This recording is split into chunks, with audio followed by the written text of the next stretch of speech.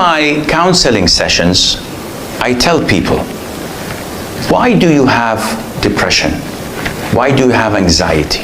Why do you have OCD? Why do you have whispers? People don't go to the basics. Okay, enlighten us.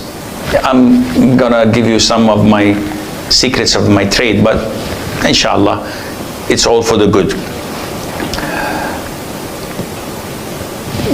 Someone who's 60 or 70 years of age, how many pages does he have in his resume, his CV? 5, 10, 20 with the training sessions and so maybe. How many pages does Satan have? Gazillion. Since time of Adam till date. He knows every thought that crosses your mind. He knows everything that goes into your mind, your weaknesses, your strength, how to make you fall. He has all the time in the world until the day of judgment. His only mission and vision in life to get you on board in hellfire. Simple. So this question is on behalf of my friend. She said as she increases her ibadah, like her salat, fasting, reading the Quran, going to classes, and etc., instead of becoming more energized, there and then is when she started to feel the slump during those ibadah. So my question would be, is there hypocrisy in her ibadah, or is she sinning while she's doing her ibadah that makes her feel this slump as she's progressing towards Islam? You know that I do counseling sessions and I charge people money. That's how I balance. Alhamdulillah. And this money I don't take for my knowledge, I take for my time.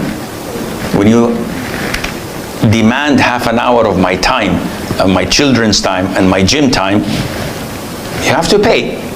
You pay peanuts, you get monkeys. You pay $10, you get monkeys. You pay $100, you get a gorilla.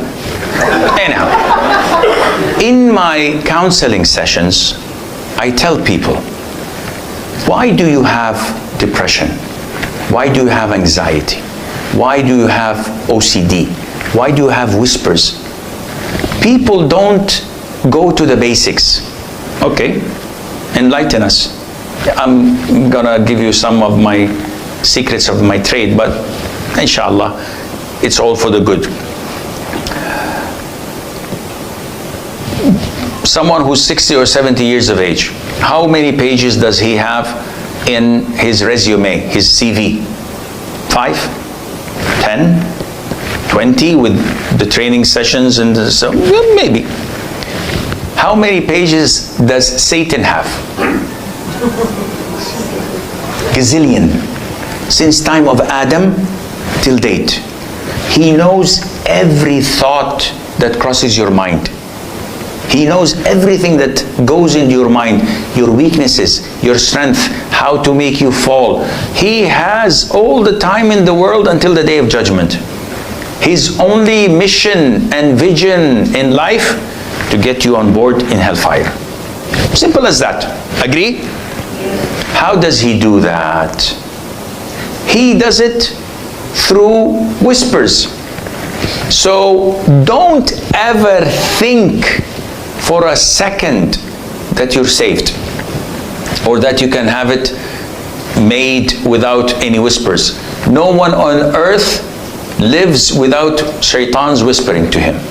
And these whispers increase as long as you increase getting closer to Allah. So many of us were not practicing. True?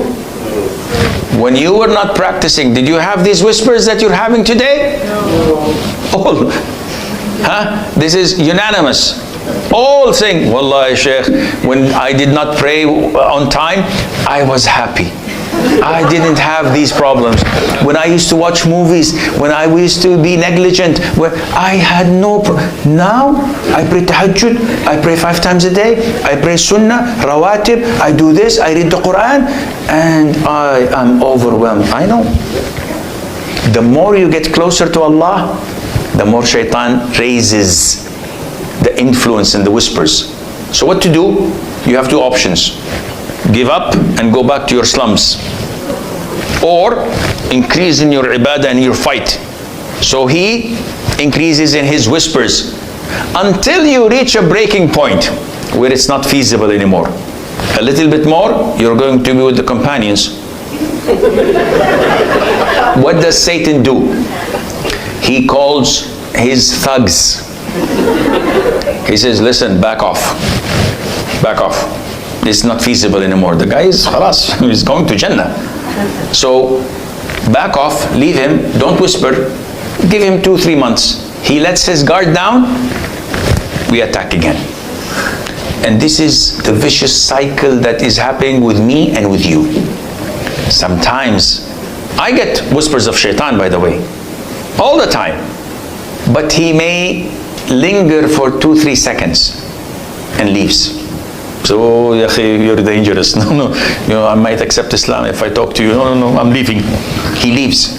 Some people, he lingers with them for a week or two. And some of them feel weak and fall prey to his attempts and give up. This is why you need companionship. You need mentorship. You need a sister to remind the sisters, a brother to remind the brothers. And you need a community. Because the moment you're alone, and the sister who asked the question, most likely she's focusing on her ibadah, but not on her sisterhood. And everyone who comes to me, I say to them, with all due respect, do you have a contact list on your phone? I said, yes. How many? So maybe 500. How many practicing? 2 or 3. Only? Yes. How often do you hang out with them? Once a year. Seriously, this is our problem. We know one another, but we don't hang out together. We don't attend halaqah or circles of knowledge. We don't. I have a buddy or 2. Okay, every couple of months, let's go for Umrah. Us boys only. Okay, Bismillah. We go on a journey of faith. I shouldn't have used this.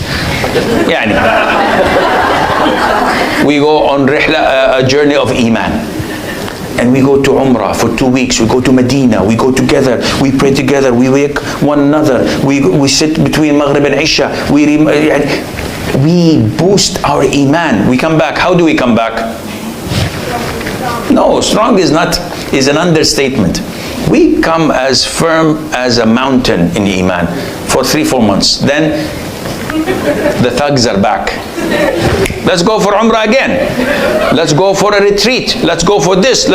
So the more you have an environment, people around you to hang out with, to strengthen your Iman, to vent to share things with you, your Iman is as quick as a rocket and as high as it could be with the grace of Allah Azza wa Jalla, and Allah knows best.